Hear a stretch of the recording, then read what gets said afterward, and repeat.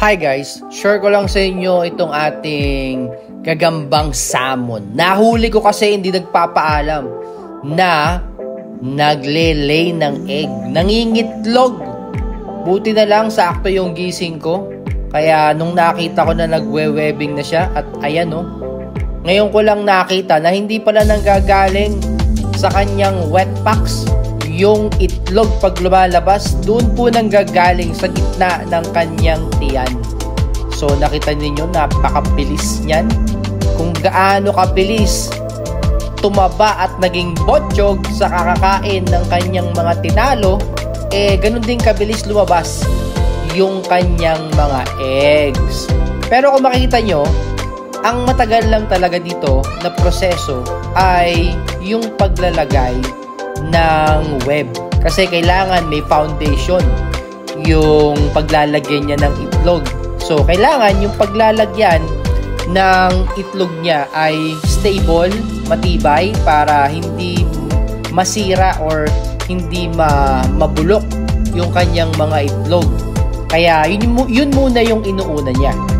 And then kapag ayos na yung foundation ng kanyang lagayan ng itlog, sa kanya naman ilalabas yung mga itlog niya.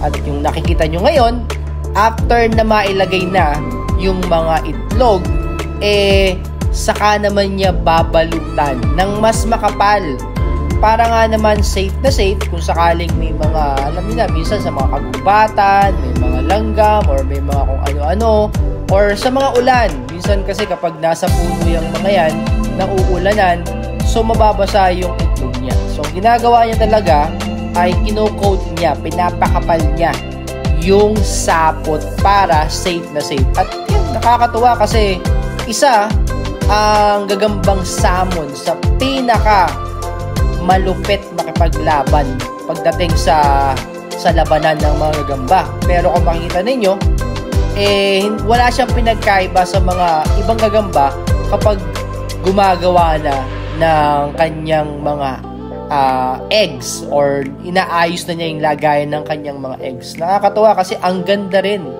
ng kanyang kulay, ang ganda ng design niya. Yun nga lang, hindi kasi advisable na laging nangingitlog itong mga ganitong klase ng gagamba. Kasi nga naman, kapag lagi silang nangingitlog, yung kanilang lifespan or yung buhay ng gagamba ay bumibilis. Kasi hindi sila nagmo-molt.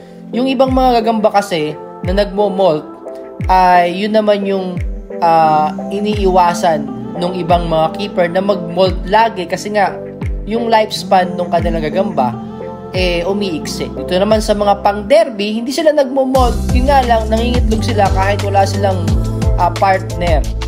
Kaya kapag nasobrahan sa pangingitlog, yun, bumibilis yung buhay nila. Pero tingin ko naman sapat na yung life nila para ma-enjoy mo yung mga ipapakita nilang laban. At ayan, tapos na si Mami Salmon sa paggawa ng kanyang itlog na well, sana mapisa ng maayos. So sana nag-enjoy kayo dito sa ating video. At gusto ba ng mga ganitong klaseng video, huwag niyo kalimutang mag-follow and subscribe.